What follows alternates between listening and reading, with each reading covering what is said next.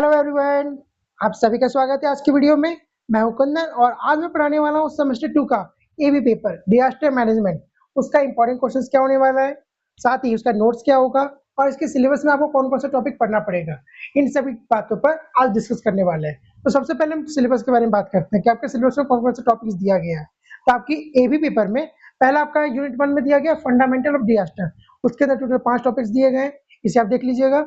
Unit 2 के अंदर historical overview and types of natural hazards, इसके अंदर भी काफी टॉपिक्स दिए गए, लगभग 3, वो भी आप देख लीजिएगा। और यूनिट 3 के अंदर technological and human induced disaster के बारे में दिया गया, इसके अंदर भी 5 टॉपिक्स दिया है, ठीक है। उसी पे पढ़ लीजिएगा कौन कौन सा दिया गया है। और दिया है यूनिट 4 में disaster prone region and policy framework, इसके भी कुछ टॉपिक्स दिए गए हैं, ठीक है। तो इन सबको आपको डिटेल से जानना होगा ताकि आपके एग्जाम में अच्छे मार्क्स आ सके। वैसे आज का वीडियो आप देखोगे तो आपको कॉन्सेप्ट आधा क्लियर हो जाएगा। क्यों क्लियर होगा? क्योंकि मैं देखिए जो क्वेश्चन बताऊंगा उसका मैं आंसर के साथ उसका कॉन्सेप्ट भी क्लियर करता चलूंगा ताकि आपको कोई डाउट ना हो और एग्जाम में आप अच्छे से लिख सको। साथ ही में देखिए 1 मार्क्स का ही नहीं, जितना 5 मार्क्स का 50 मार्क्स का क्वेश्चन है उसको उसका जो आंसर होगा उसी में कॉन्सेप्ट के साथ बताऊंगा ताकि देखिए आपको समझेंगे तभी एग्जाम में लिख पाएंगे। सिर्फ रट के जाएंगे तो फिर याद नहीं रहेगा, भूल जाइएगा। लेकिन सुन के जाइएगा तो आधा याद रहेगा और आधा फिर रिवाइज करके जाइएगा तो फुल याद हो जाएगा। तो ठीक है, तो देर ना करते हुए वीडियो को स्टार्ट करते हैं। पहला क्वेश्चन हमारा होने वाला है इंपॉर्टेंट क्वेश्चन 1 मार्क्स का, यूनिट 1 फंडामेंटल ऑफ डिजास्टर। इसका पहला क्वेश्चन है व्हाट इज डिजास्टर, आपदा क्या होती है। तो डिजास्टर को हिंदी में आपदा कहते हैं। ये मैं बाइलिंगुअल तरीके से बताने वाला हूँ, मतलब दोनों लैंग्वेज हिंदी और इंग्लिश। और जो लॉन्ग आंसर क्वेश्चन होंगे उसे मैं बाइलिंगुअल, वही बोली कि बाइलिंगुअल हिंदी इंग्लिश मिक्स करके बताऊंगा, जिससे दोनों मीडियम वालों को समझ आ जाएगा कि मैं क्या बताने वाला हूँ, ठीक है। तो पहला क्वेश्चन हमारा क्या है, व्हाट इज डिजास्टर। इसके आंसर में क्या लिखोगे, ए disaster is serious event that causes widespread damage, loss of life and disruption of normal life। Hindi में क्या है, आपदा एक ऐसी गंभीर घटना है जो व्यापक क्षति, जनहानि तथा सामान्य जीवन में व्यवधान उत्पन्न करती है।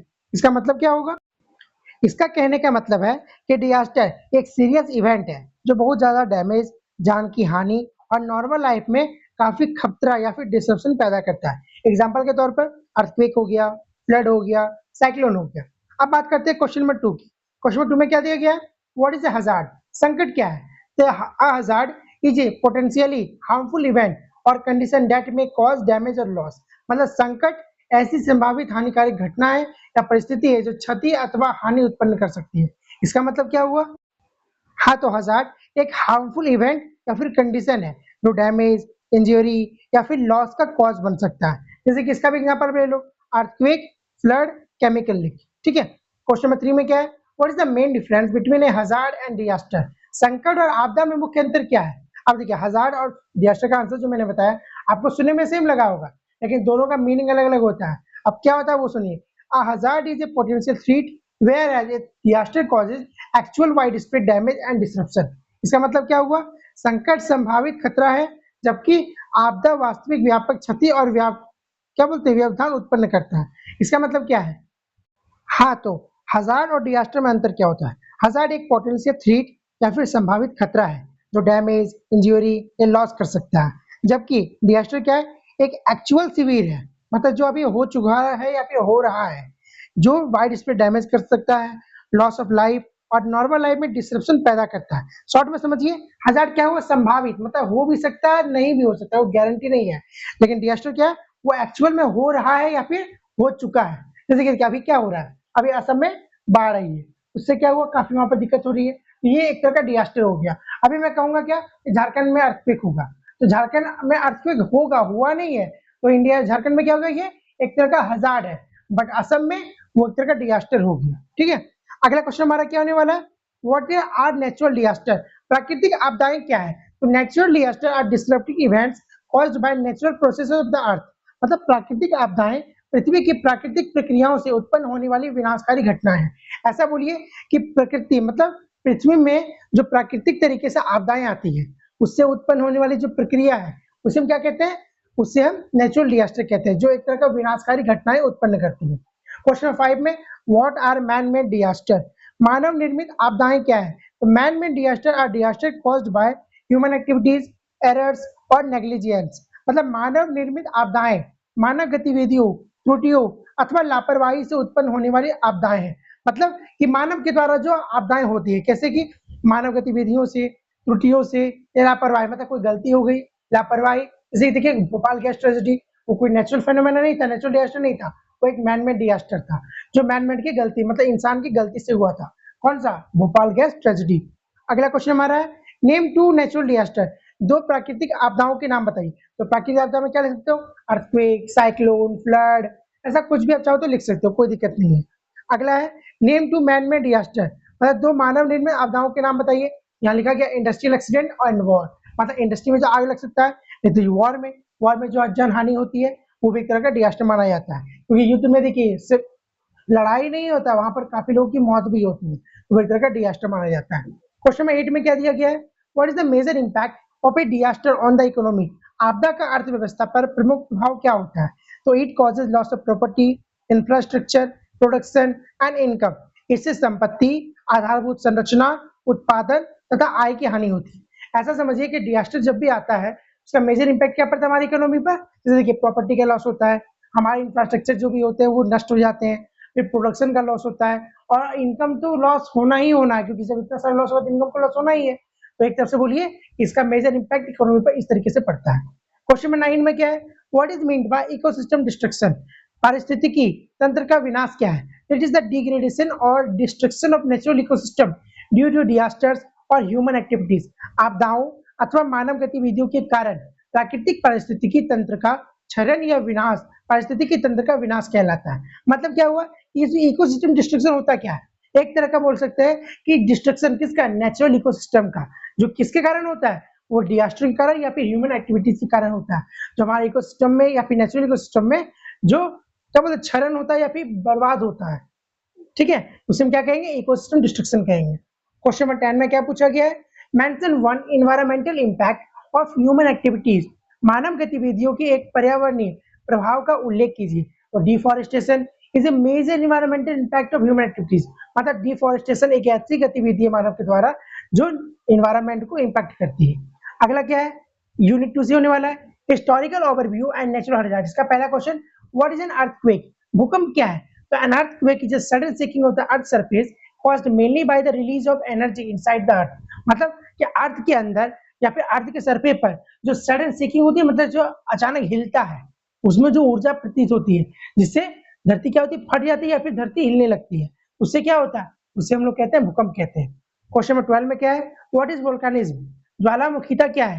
तो volcanism is the movement and eruption of magma, gases and volcanic materials from the earth interior, मतलब वोल्केनिज्म क्या है? एक तरह का मूवमेंट या फिर इरप्शन बोल सकते हैं मैग्मा का, जिससे क्या होता है कि पृथ्वी के आंतरिक भाग से मैग्मा, गैस, ज्वालामुखी पदार्थ बाहर निकलते हैं, और उस प्रक्रिया को हम लोग क्या कहते हैं? ज्वालामुखीता या फिर वोल्केनिज्म कहते हैं। क्वेश्चन नंबर 13 में है, व्हाट इज ए साइक्लोन, चक्रवात क्या है? A cyclone is a large rotating atmospheric system associated with strong winds and low pressure, मतलब चक्रवात निम्न वायु दाब से संबंधित तीव्र गति से घूमने वाला वायुमंडलीय प्रणाली है। मतलब ऐसा बोल सकते हैं कि एयर प्रेशर से जो, मतलब कि एक तरह का बोल सकते हैं मिनी एयर प्रेशर या फिर मेजर एयर प्रेशर से संबंधित एक ऐसा होता है, उसमें राउंड राउंड चक्कर घूमने लगता है, क्या? स्ट्रॉन्ग विंड्स, उसे हम लोग क्या कहेंगे? उसे हम लोग साइक्लोन कहेंगे। क्वेश्चन 14 में, what is A tsunami, tsunami क्या है? A tsunami is a series of large sea waves usually caused by an undersea earthquake or volcanic activity। और क्या लिखा हुआ है? समुद्र के भीतर भूकंप या ज्वालामुखी गतिविधि के कारण उत्पन्न होने वाले विशाल समुद्री तरंगों की श्रृंखला को सुनामी कहते हैं। इसका मतलब क्या हुआ कि समुद्र के भीतर जो भूकंप आता है या फिर कोई ज्वालामुखी गतिविधि होती है, उसके कारण जो विशाल समुद्री तरंगे उठती है, उसकी जो श्रृंखला, मतलब इसको बोलते हैं सी वेव्स, ठीक है, तो उसे हम लोग क्या कहते हैं? उसे हम कहते हैं सुनामी, ठीक है। क्वेश्चन 15 में क्या दिया गया है? व्हाट इज ए फ्लड, बाढ़ क्या है? A flood is the overflow of water on to normally dry land, मतलब सामान्यतः शुष्क रहने वाली भूमि पर जल के फैल जाने की स्थिति को बाढ़ कहते हैं, मतलब excessive water supply. Excessive water supply मान लीजिए कोई शहर है, मतलब आपका ही शहर हो, अगर वहां पर एक्सेसिव वाटर भर जाएगा चारों तरफ तो क्या होगा? एक तो समझिए बाढ़ आ जाएगा। लेकिन ये एरिया, झारखंड वाला एरिया क्या है? बाढ़ वाला लायक नहीं है, इसलिए यहाँ बाढ़ नहीं आता, क्योंकि ये प्लेट्यू क्षेत्र है, मतलब पठारी क्षेत्र है, ठीक है। आप बिहार में देखिए, असम में देखिए, केरल देखिए, ये सब है प्लेन, समतल जगह, जहां पर बाढ़ आराम से आ जाता है। क्वेश्चन नंबर 16 में क्या है? व्हाट इज ए ड्रॉट, सूखा क्या है? तो drought is a prolong period of abnormally low rainfall resulting in water shortage, सामान्य से बहुत कम वर्षा के कारण लंबे समय तक जल की कमी की स्थिति को सूखा कहते हैं। इसका मतलब क्या होता है? मतलब जितनी वाटर की जरूरत है, मतलब जितने पानी की जरूरत है, अगर उससे भी कम वर्षा हो और उसके कारण लंबे समय तक क्या हो गया, सूखा पड़ जाए, मतलब लंबा समय तक अगर पानी नहीं पड़ रहा, बारिश नहीं हो रही, तो क्या होगा, जगह सूखा पड़ जाता है, खेती भी अब क्या अच्छे से नहीं होगी। और जब सूखा पड़ने लगता है, धरती सूखने लगती है, तो क्या होता है, एक तरह का बोल सकते हैं सूखा पड़ गया या फिर ड्रॉट हो गया, तो इस स्थिति को हम लोग ड्रॉट कहते हैं। क्वेश्चन नंबर 17 में, व्हाट इज ए फेमाइन? अकाल क्या है? तो famine is severe and prolonged shortage of food affecting a large population. बड़ी जनसंख्या को प्रभावित करने वाले भोजन के गंभीर और दीर्घकालिक कमी को अकाल कहते हैं। मतलब मान लीजिए बड़ी जनसंख्या है, अब उसमें को प्रभावित कैसे करेगी? भोजन। अगर भोजन नहीं मिलने लगेगा तो क्या होगा? तो एक तरह का बोल सकते हैं भोजन का अकाल पड़ जाएगा, समझे? इसलिए बोलते हैं उसे फेमाइन। क्वेश्चन 18 में, व्हाट इज अ लैंडस्लाइड?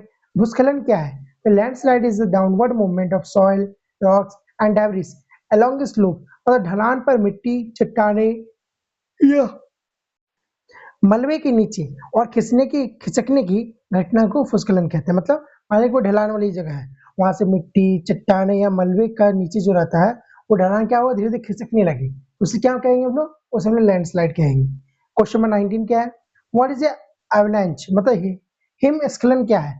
तो an avalanche is the rapid movement of snow, ice and debris down a mountain slope.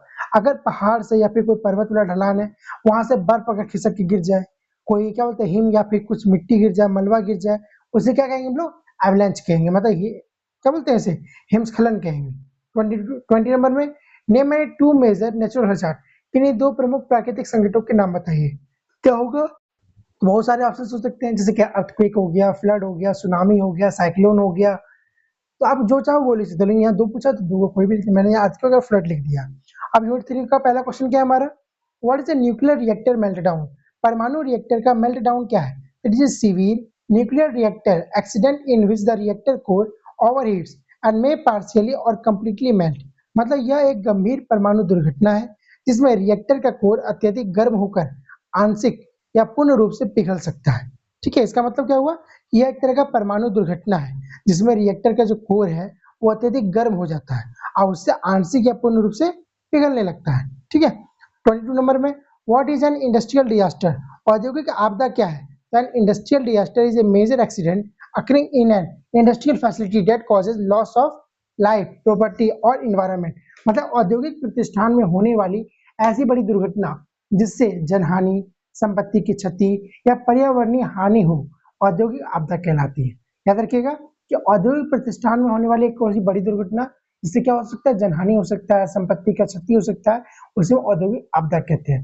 23 number में, what is N oil spill? तेल रिसाव क्या है? तेल रिसाव क्या होता है?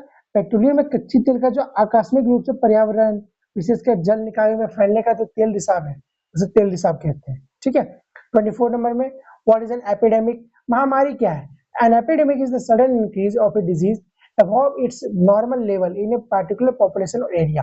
किसी विशेष क्षेत्र या जनसंख्या में किसी रोग के सामान्य स्तर से अचानक अधिक फैलने को महामारी कहते हैं। इसका मतलब क्या होता है?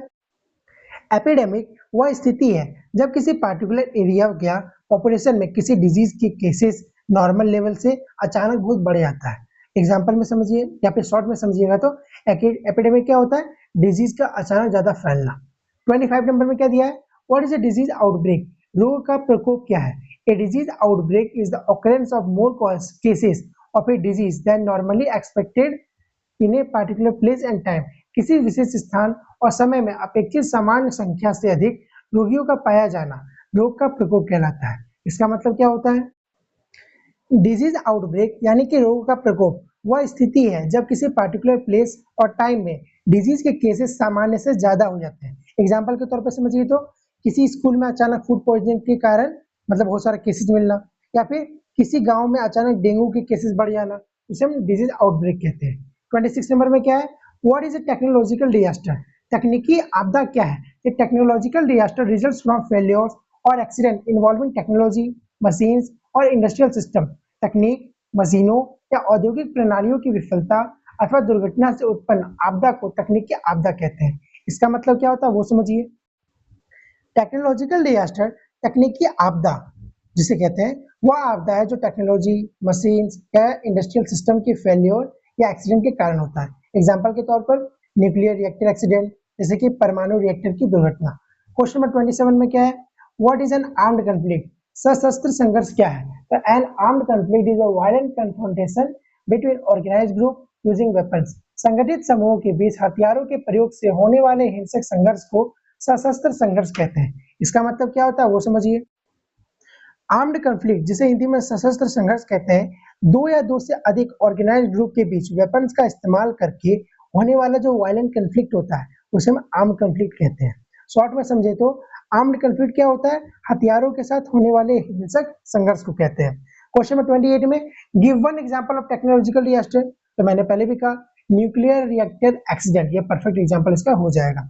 29 नंबर में what is the major environmental effect of an oil spill, मतलब तेल रिसाव का प्रमुख पर्यावरणीय प्रभाव क्या है? तो क्या लिखा है, it pollutes waters and harms marine organism and ecosystem, यह जल को प्रदूषित करता है और समुद्री जीवों और पारिस्थितिक तंत्र को नुकसान पहुंचाता है।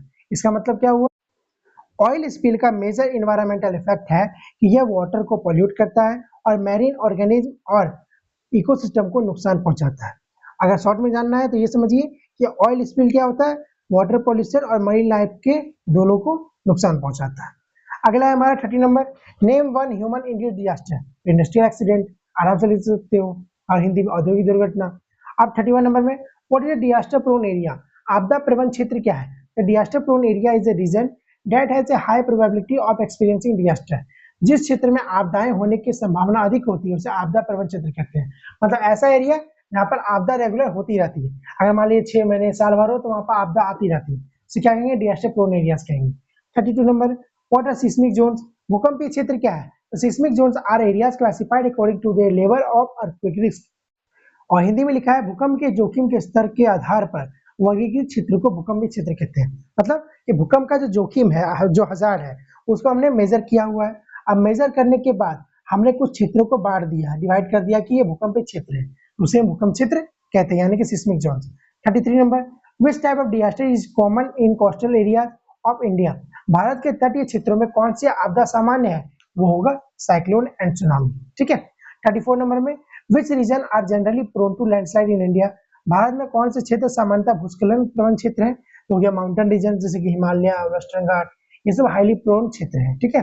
35 नंबर में which regions of India are highly prone to floods, floods के लिए कौन से एरियाज है इंडिया में जो हाईली प्रोन है, मतलब कि अत्यधिक प्रवण है? तो वो हो गया गंगा ब्रह्मपुत्र प्लेन, ये सबसे ज्यादा फ्लड प्रोन एरिया है। 36 नंबर में which areas of India are prone to drought, Bharat के कौन से क्षेत्र सूखे के लिए प्रवण है?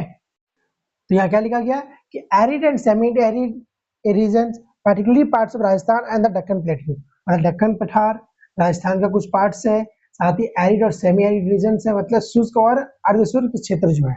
37 नंबर में क्या पूछा गया है, what is a post disaster disease, आपदा के बाद होने वाला रोग क्या है? ये post disaster disease is a disease that occurs और spreads after disaster due to poor sanitation, contaminated water और ओवरक्राउडिंग, मतलब आपदा के बाद जो खराब स्वच्छता रखते हैं, दूषित जल पीते हैं, या फिर अत्यधिक भीड़ के कारण उत्पन्न या फिर फैलने वाला जो रोग होता है उसे हम क्या कहते हैं? उसे हम कहते हैं आपदा के बाद होने वाला रोग। 38 नंबर में what is the national disaster policy of India, Bharat की राष्ट्रीय आपदा नीति क्या है? वो क्या है? इसका मतलब समझ लीजिए क्या होगा। नेशनल डिजास्टर पॉलिसी भारत में disaster prevention, mitigation, preparedness, response और रिकवरी के लिए एक फ्रेमवर्क प्रदान करती है। ठीक है। 39 नंबर में क्या पूछा गया है, व्हाट इज डिजास्टर मिटिगेशन, आपदा न्यूनीकरण क्या है? तो disaster mitigation means taking measures to reduce the adverse effect of disaster, मतलब आपदाओं के प्रतिकूल प्रभाव को कम करने के लिए जो उपाय किए जाते हैं उसे आपदा न्यूनीकरण कहते हैं। व्हाट इज डिजास्टर प्रिपेयर्डनेस, आपदा तैयारी, disaster preparedness means making plans and arrangement to effectively respond to disaster, मतलब आपदा की स्थिति में प्रभावी ढंग से जो प्रतिक्रिया देने के लिए जो योजनाएं बनाई जाती है, जो प्लानिंग की जाती है, जो सर्विसेज दिए जाते हैं या फिर जो हेल्प किया जाता है, उसे क्या कहते हैं लोग? प्रिपेयर्डनेस कहते हैं। किसका? Disaster preparedness. अब हम बात करेंगे किसका? वो करेंगे इंपॉर्टेंट क्वेश्चन 5 मार्क्स। आप इसे ध्यान से सुनिएगा, इसका आंसर मैं एक्सप्लेन करके बताने वाला हूँ। ना ही मैं हिंदी वाला को आंसर रीड करूंगा, ना ही मैं इंग्लिश वाला रीड करूंगा।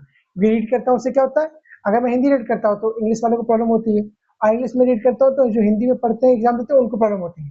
इसलिए मैंने 20 का आइडिया निकाला है कि मैं दोनों लैंग्वेज को मिलाकर पढ़ाऊंगा ताकि किसी को कोई प्रॉब्लम नहीं होने वाली है। आपको इतना होना चाहिए कि आपको समझ आना चाहिए, समझ आने के बाद इसे पेपर को रिवाइज कर लीजिएगा, इसका पीडीएफ में टेलीग्राम पे अपलोड कर दूंगा। ठीक है। आप इसका आंसर पढ़ के रिवाइज कर लीजिएगा, मैं इसका आंसर बता दूंगा कि इसके आंसर में वो क्या क्या लिखना है। तो पहला क्वेश्चन हमारा क्या होने वाला है वो पढ़िए, देखते हैं। यहाँ आपसे क्वेश्चन पूछा गया है, explain the difference between a hazard and a disaster, also discuss their major characteristics. संकट और आपदा में अंतर स्पष्ट कीजिए, उनकी प्रमुख विशेषताओं की भी चर्चा कीजिए। पूछा गया कि हजार्ड और डिजास्टर में क्या डिफरेंस होता है, उसे आपको एक्सप्लेन करके बताना है। साथ ही इसके जो मेजर कैरेक्टरिस्टिक्स होते हैं उसके बारे में भी आपको बताना है, यानी कि विशेषताएं। अब इसके आंसर में क्या लिखा गया है वो सुनिए, ठीक है। इसका पहले बताया गया हजार्ड के बारे में। हजार्ड क्या होता है? हजार्ड एक पोटेंशियली हार्म इवेंट है, हार्मफुल इवेंट या कंडीशन होता है जिसे injury, loss of life, property damage या इन्वायरमेंटल डिस्ट्रक्शन हो सकता है। हर हजार्ड जरूरी नहीं कि डिजास्टर बने। अब देखिए डिजास्टर क्या होता है?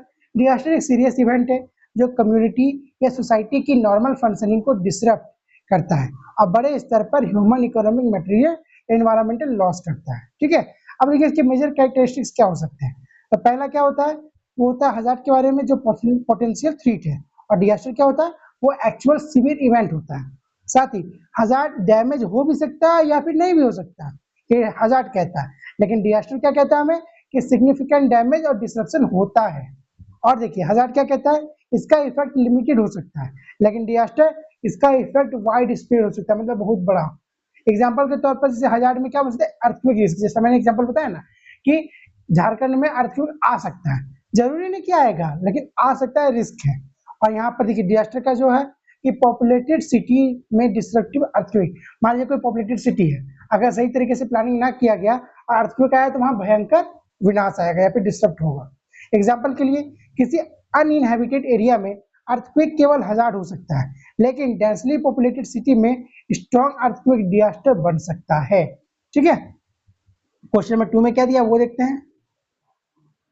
हाँ, discuss the major types of natural hazard, कि नेचुरल हजार्ड के मेजर टाइप्स क्या हैं, और यहाँ पर प्राकृतिक संकटों के प्रमुख प्रकारों की चर्चा करें। हिंदी में प्राकृतिक संकटों के प्रमुख प्रकारों की चर्चा करें। इसके आंसर में क्या लिखोगे वो सुनो आप लोग, ठीक है।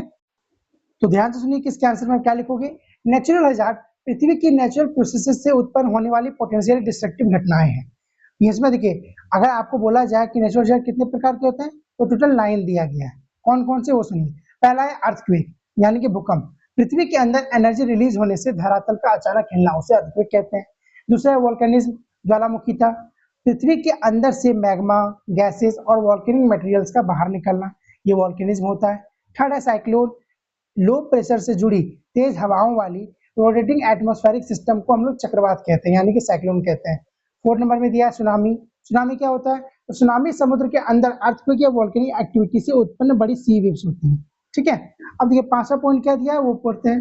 5वां पॉइंट दिया आपका बाढ़ के बारे में, पानी का नॉर्मली ड्राई लैंड पर फैल जाना, उसे हम लोग बाढ़ कहते हैं।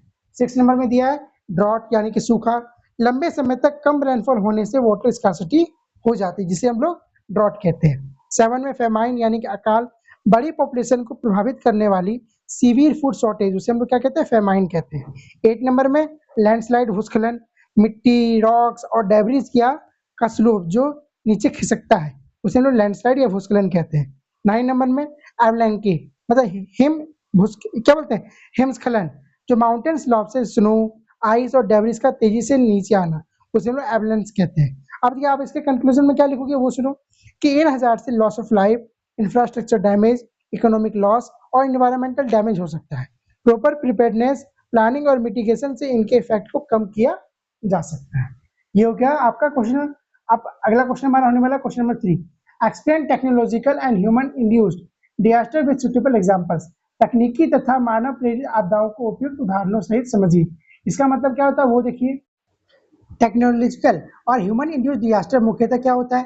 Human activities, technological failures, negligence, accident और कन्फ्लिक्ट के कारण होती है। इनसे ह्यूमन लाइफ, प्रॉपर्टी और एनवायरनमेंट को बहुत नुकसान होता है। इसके मेजर टाइप्स क्या है वो समझिए। पहला क्या है? न्यूक्लियर रिएक्टर मेल्टडाउन, रिएक्टर का कोर बहुत ज्यादा गर्म होकर मेल्ट हो सकता है और रेडियो एक्टिव मटेरियल्स रिलीज हो सकते हैं। एग्जाम्पल के तौर पर nuclear reactor accident. Second number में इंडस्ट्रियल एक्सीडेंट है, फैक्ट्रीज में एक्सप्लोजन, फायर या टॉक्सिक सब्सटेंस के कारण एक्सीडेंट होना। इसके एग्जांपल्स में केमिकल फैक्ट्री में टॉक्सिक गैस लीक होना। थर्ड है ऑयल स्पिल, मतलब सी, रिवर या लैंड में क्रूड ऑयल, पेट्रोलियम का एक्सीडेंटली फैलना। इसका एग्जांपल समुद्र में ऑयल टैंकर से ऑयल का फैलना। और क्या दिया गया है? और दिया गया आपका डिजीज आउटब्रेक्स एंड एपिडेमिक्स, मतलब किसी डिजीज का बड़ी पॉपुलेशन में तेजी से फैलना। एग्जाम्पल, किसी क्षेत्र में डिजीज केसेस का अचानक बहुत बढ़ जाना। पांचवा पॉइंट है वॉर वॉर और क्या बोलते हैं आर्म्ड कंफ्लिक्ट, मतलब वेपन्स के साथ वायलेंट कंफ्लिक्ट जिससे डेथ, डिस्प्लेसमेंट और इंफ्रास्ट्रक्चर डिस्ट्रक्शन हो सकता है। एग्जाम्पल के तौर पर युद्ध के कारण लोगों का विस्थापन। आप इसके कंक्लूजन में क्या लिखोगे? Human negligence, unsafe technology, poor planning और इनएडिक्वेट सेफ्टी मेजर्स इन डिजास्टर का रिस्क बढ़ाते हैं। Safety rules, monitoring, emergency planning और पब्लिक अवेयरनेस इनके इफेक्ट को कम करने में मदद करते हैं। अब अगला क्वेश्चन हमारा क्या है? Describe the disaster prone regions of India. Bharat के आपदा प्रबंध क्षेत्रों का वर्णन कीजिए। मतलब कि डिजास्टर प्रोन रीजन्स क्या होते हैं इंडिया के, वो समझिए।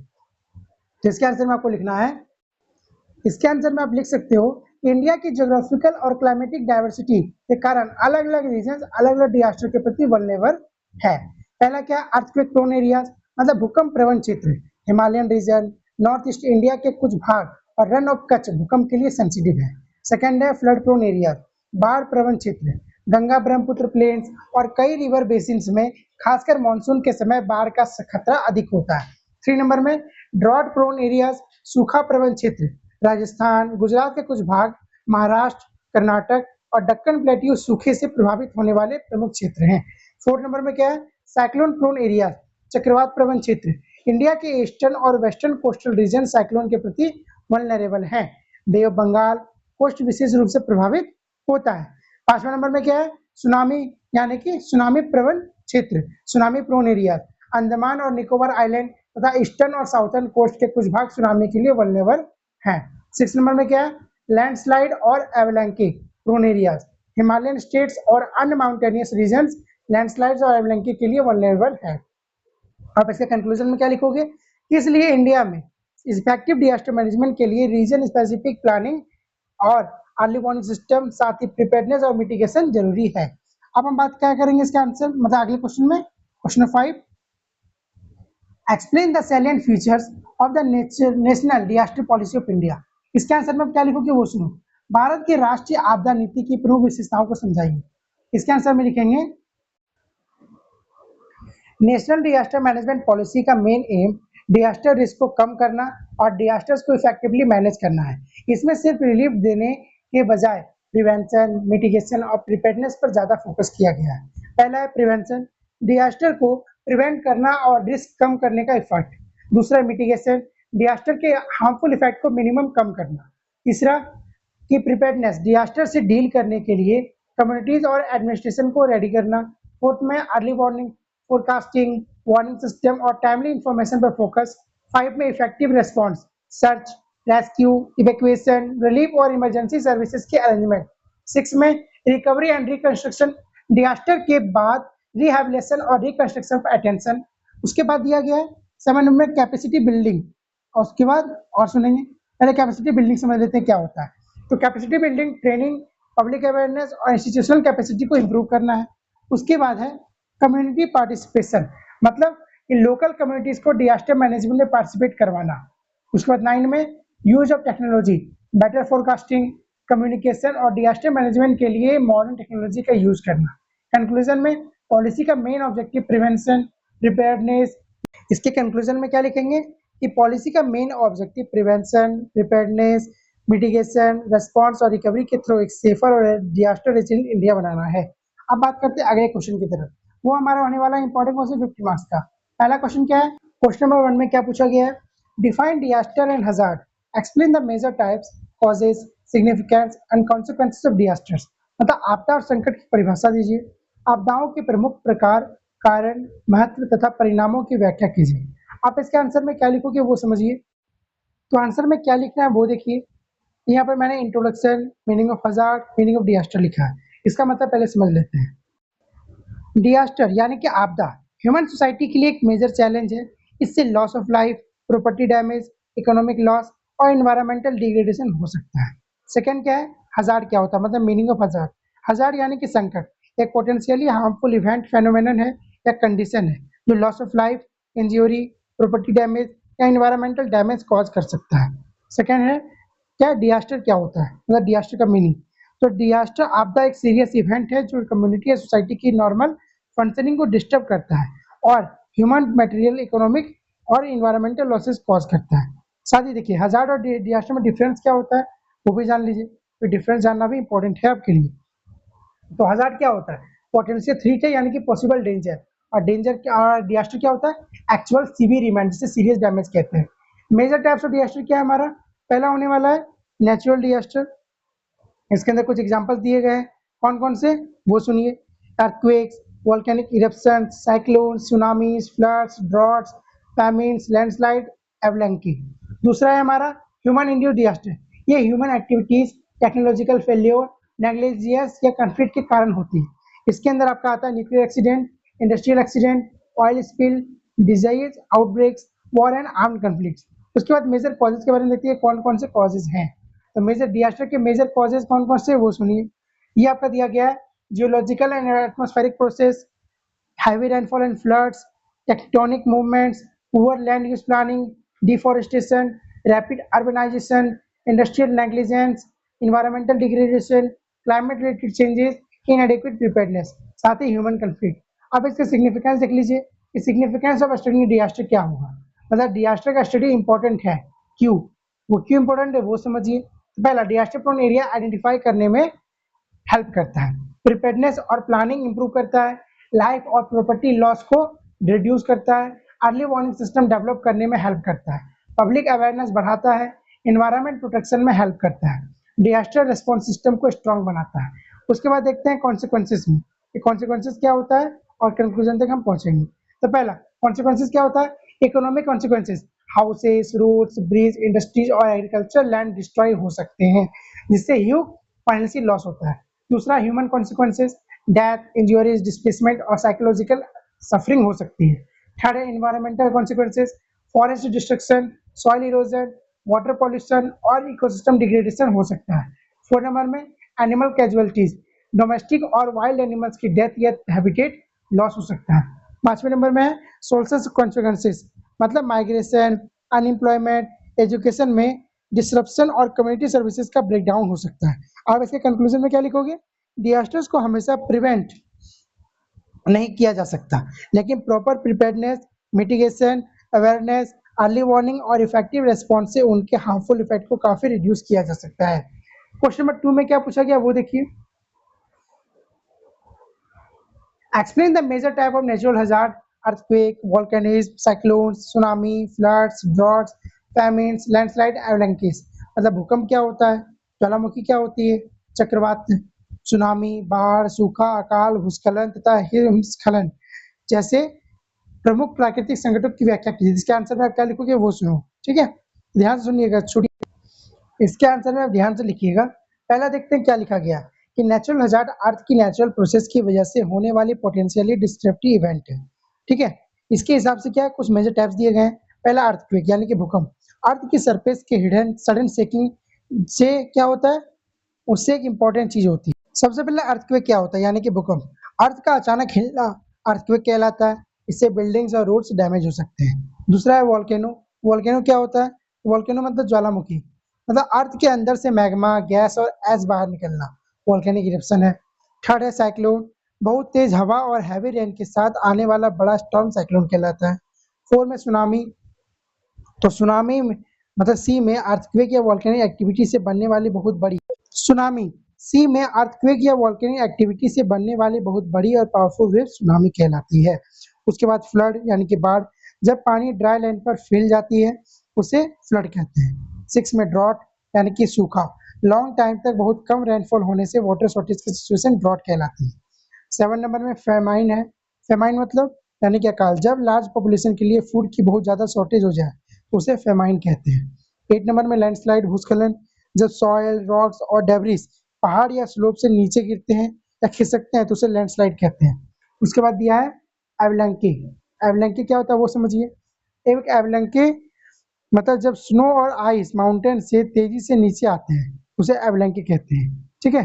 और उसके बाद दिया है आपका क्या, इफेक्ट के बारे में, इफेक्ट क्या होता है और कंक्लूजन के बारे में हम समझेंगे, ठीक है। इफेक्ट क्या लिखा गया वो सुनिए कि इससे काफी बेटर होता है, loss of human and animal life हो सकता है, इंफ्रास्ट्रक्चर डैमेज हो सकते हैं, एग्रीकल्चर लॉसेस हो सकते हैं, इकोनॉमिक तरीके से डिस्टर्ब हो सकता है, डिस्प्लेसमेंट ऑफ पॉपुलेशन होना पड़ सकता है, इन्वायरमेंटल डिग्रेडेशन हो सकता है। इसके कंक्लूजन में क्या लिखिएगा कि नेचुरल हैजार्ड से loss of life, infrastructure damage, economic loss, displacement और इन्वायरमेंटल डैमेज हो सकता है। अब बात करते हैं नेक्स्ट क्वेश्चन हमारा, question number 3, discuss technological and human induced disasters and their environmental and socio economic impact. और हिंदी में तकनीकी तथा मानव प्रेरित आपदाओं की चर्चा करते हुए उनके पर्यावरणीय एवं सामाजिक और आर्थिक प्रभावों को समझाइए। मतलब कि टेक्नोलॉजिकल और ह्यूमन इंड्यूस्ड डिजास्टर्स क्या होते हैं उसके बारे में डिस्कस करना है, साथ ही इसके इन्वायरमेंटल सोशियो इकोनॉमिक इम्पैक्ट के बारे में आपको बताना है कि इसका आंसर आप क्या लिखोगे। तो ध्यान से सुनिएगा, ठीक है, हड़बड़ाइएगा मत। टेक्नोलॉजिकल और ह्यूमन इंड्यूस्ड डिजास्टर वो डिजास्टर्स हैं जो mainly human activities, technology failure, accident, negligence या कंफ्लिक्ट की वजह से होता है। इसके कुछ मेजर टाइप्स हैं, कौन कौन से वो सुनिए। पहला न्यूक्लियर एक्सीडेंट, यानी कि न्यूक्लियर रिएक्टर मेल्टडाउन। वो क्या होता है कि न्यूक्लियर रिएक्टर में एक्सीडेंट होने से रेडियो एक्टिव मटेरियल रिलीज हो सकता है, ठीक है। दूसरा क्या हमारा कि इंडस्ट्रियल एक्सीडेंट।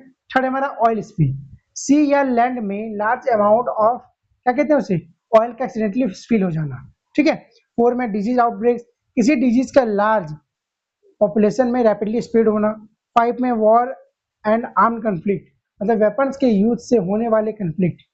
देखिए यहाँ पर कॉजेज कुछ दिए गए हैं कि कॉज क्या हो सकता है इसका। तो इंपॉर्टेंट कॉज क्या है, human negligence, poor safety standard, technological failure, lack of maintenance, inadequate planning, फिर अनसेफ इंडस्ट्रियल प्रैक्टिसेस, फिर environmental mismanagement, armed conflict, poor public health system. फिर आप देखिए यहाँ लिखा है इन्वायरमेंटल इम्पैक्ट। इन्वायरमेंटल इम्पैक्ट क्या होता है, तो this disasters can cause air pollution, water pollution, ऐसा समझिए कि एयर, वाटर और सॉइल पॉल्यूशन हो सकता है। फॉरेस्ट और इकोसिस्टम डैमेज हो सकते हैं। ऑयल स्पिल से मैरिन लाइफ को हार्म हो सकता है। न्यूक्लियर एक्सीडेंट से रेडिएशन पॉल्यूशन हो सकता है। एनिमल्स अपना हैबिटेट लूज कर सकते हैं। और इसका देखिए सोशियल इकोनॉमिक इम्पैक्ट भी पड़ता है। क्या पड़ता है वो सुनिए। पहला कि लॉस ऑफ लाइफ और इंजरीज होती है। हाउसेज, रोड्स, इंडस्ट्रीज और अदर इंफ्रास्ट्रक्चर डिस्ट्रॉय हो सकते हैं। ह्यूज इकोनॉमिक लॉस हो सकता है। लोग डिस्प्लेस्ड हो सकते हैं। अनएम्प्लॉयमेंट और माइग्रेशन बढ़ सकता है। एजुकेशन और बेसिक कम्युनिटी सर्विसेज डिस्टर्ब हो सकती है। आप इसके कंक्लूजन में क्या लिखोगे वो भी सुन लीजिए कि टेक्नोलॉजिकल और ह्यूमन इंडिया डिजास्टर्स का इम्पैक्ट इन्वायरमेंट, ह्यूमन लाइफ और इकोनॉमी पर सीरियस होता है। सेफ्टी की मेजर्स, प्रॉपर प्लानिंग, प्रिपेयर्डनेस और पब्लिक अवेयरनेस से इनका हार्मफुल इफेक्ट को रिड्यूस किया जा सकता है। अगला क्वेश्चन हमारा 4 नंबर में है। हाँ, क्या पूछा गया वो सुनिएगा ध्यान से, ठीक है। Describe the disaster prone regions of India and explain the major hazard associated with different region. इसका मतलब क्या है वो समझिए।